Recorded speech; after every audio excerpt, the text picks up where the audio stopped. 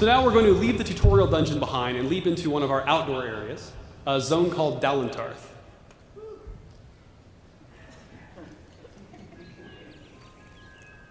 Welcome to Dalentarth. So Dalentarth is the first major zone you'll get to in the game of 5 massive outdoor zones that are all open for exploration. There's no load screens in between them, anything like that. You can just go wherever you want. Dalentarth, there's a few things to point out here. First, it's very, very pretty. And there's a reason for this. It's not just that we like to make pretty things, although there's that too, but also some good design reasons. One of those is that, again, it's the first zone you come to after the tutorial. So we want to make the world feel warm and welcoming and magical. As you notice these like little blue sprites flitting about us as we walk through the world. Part of the whole Age of Arcana bit. And making it feel like a place you want to explore. And although dangers do abound in Dalentarth, it is comparatively safer than the rest of the world and gives you kind of a nice intro into the game. Another thing about it, which is pretty cool, is sort of where RA is coming in. RA has told us many times, it's an RPG. So you know, as a player, sooner or later, somebody's going to walk up to you and they're going to ask you to save the world. And when that happens, you have to actually want to save the world. And what he has said over and over is, we need to make Amalur a world worth defending. And Dalentarth is an example of how we do that, making this the sort of place that you actually want to save from harm. Now, another thing you'll notice here, we are still a warrior-esque character, but we're decked out very differently than we were before. We have much fancier armor. This is cool. This is actually consecrated to Theoden, the war god. Very cool. And an azurite longsword on our back. In addition to that sword, we also have a very large hammer.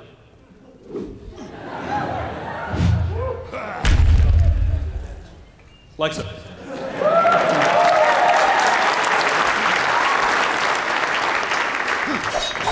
Now, in the tutorial earlier, you saw the most basic form of the combat with just one weapon. That's as we're kind of easing you into the game, teaching you how it works.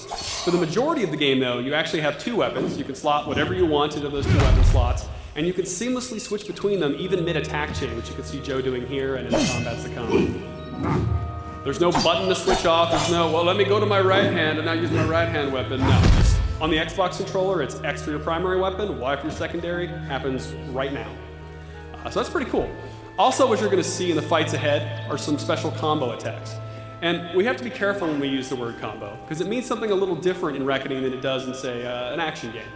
We never, ever, ever force you to memorize button combos. You will not do XXYYD in Reckoning.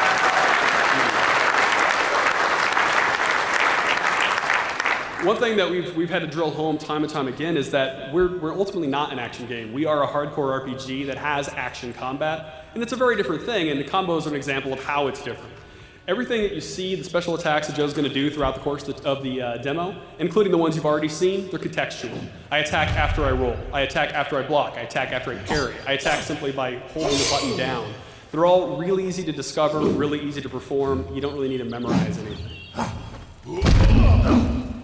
And we'll see more of those throughout the course of the demo.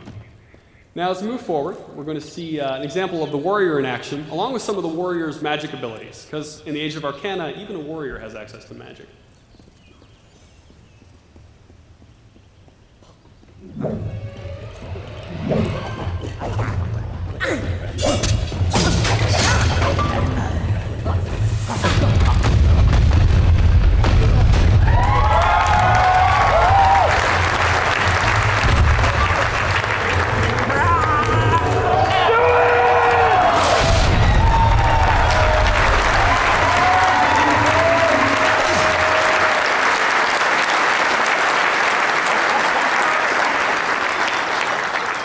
Joe, you sadistic bastard.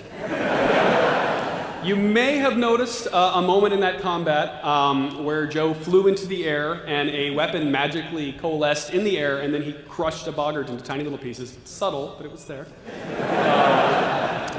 That's something called a fate shift kill, which feeds into a different reward mechanism, a whole different system that unfortunately the marketing folks won't let us talk about yet, but you will hear more about that down the road. For future reference, it's a fate shift kill. Yeah. Now, as we move down the hill a little bit here toward Loch Dyden and the village of Dydenhill, we'll talk a little bit about the world. As I mentioned, this is Dalentarth, one of those 5 major outdoor zones, each of which is ridiculously huge. And each of which has a totally different art style, look, feel, and biome for that matter, ranging from arid deserts to dank swamps, and of course the enchanted forest that is Dalantarth. Like any good open world game, we do a few kind of world simulation-y things to make the world feel alive, living and breathing, which is something Ken Rolston really pushes hard. An example of that is having a day-night cycle, which we'll show off here now. Now, the day-night cycle isn't just aesthetic. We also have NPC scheduling. So NPCs have their whole cycle of what they do over the course of the day, cleaning up the bar in the tavern, dancing at night, maybe in the streets, it varies. But they all have their things they do when they're not busy handing you quests. So that changes over the course of time of day. We also have a few systemic outputs, like we have some areas of the game where certain monsters will only spawn at night. We have a weapon which by day is a flaming weapon and at night does ice. So things like that. It's pretty cool. So now here as we walk into this village, you know what you'd expect from a village or a city in an RPG, and we have those things. It's a place you can go to rest, relax, recuperate, to buy new gear, to sell your old gear with one button press. Yeah, it's true. To buy new gear, sell your gear, to do crafting, to visit various service providers. And although this demo, as you've seen and will continue to see, is mostly focused on combat, we do want to show you at least a little bit of one of those systems now. This is one of our 3 crafting systems. It's called Sagecraft, alongside alchemy and blacksmithing, which are the other 2. Sagecraft lets you do a few different things. One of those things is socketing magical gems into your weapons and armor. It also lets you create your own gems from scratch using these crystalline shards you find throughout the world. Now, Joe conveniently has a gem of combustion in his inventory, so he's going to socket that into his longsword. And voila, now we have a flaming longsword. Now you can see that immediately the particle effects for that are automatically updated in addition to the actual damage that it's doing, and all his special attacks also change. And yes, this will set enemies on fire. And fun fact, the boggarts you were fighting earlier, they're made of wood. If you set them on fire, they panic and run screaming. It's great. So, move forward here. This is a good time to talk about Ken Rolston's influence on the game. We have this nice cobblestone path leading off ahead of us, kind of off into the wilderness. And if we follow that, generally speaking, it's going to lead you to the next big moment that the designers want you to see. And we're designers, so yes, we do want you to see it.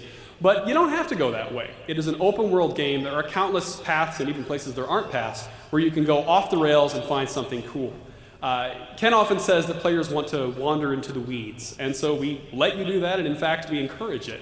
When you wander off, like on this deer path that we're doing through this giant hollow log, you'll often find some sort of reward. You'll find a cool vista you can see that wouldn't have been obvious from the main road. You'll find a hidden treasure cache. You'll find a rare reagent you can harvest for alchemy. In this particular case, wandering off the beaten path is going to lead us to a monster type we haven't seen before. A couple of them, actually. One of them, you'll see up ahead, is a snake-like wild fey creature called the Banshane. Really nasty. She can vomit up these fleshy pods that hit the ground, and after a second, they'll spawn out mergans, which are sort of her drones. Now, because of the way this fight works, it's really sort of interesting to demonstrate here. A lot of our enemies in Reckoning work together in some sort of cooperative way. For instance, the boggarts you saw earlier, you may have noticed, although Joe killed them awfully fast, so maybe not, hopefully you noticed that they will actually surround you in the middle of a fight, try to flank you. So one of them will keep you busy while another one rolls in and whacks you in the back. These guys work together in a different way. They actually have a formal group attack they can do, where the Banshane will charge up lightning, the Mergans all hold their tridents up in the air, you'll see this just in a moment, and lightning arcs between them, and then kaboom, she throws a high damage blast at you, or technically they do. Because of this, depending on your character build, your gear loadout, there's several different tactical ways you can approach that combat. For instance, if you're a pure melee warrior like Joe is here, you can tank a lot of damage. So you might just want to just wade in there with your big kite shield, deal with the Merg and ignore them, and just focus on the Banshane until she's down. They can't do that group attack anymore. Or let's say you're a mage who focuses on AoE attacks, you might want to stay back from the Merg and kind of dance around, and you'll see some of that mage combat later, and use their AoEs to keep them interrupted so they can't get off the lightning attack. We'll see an example of the warrior approach here now.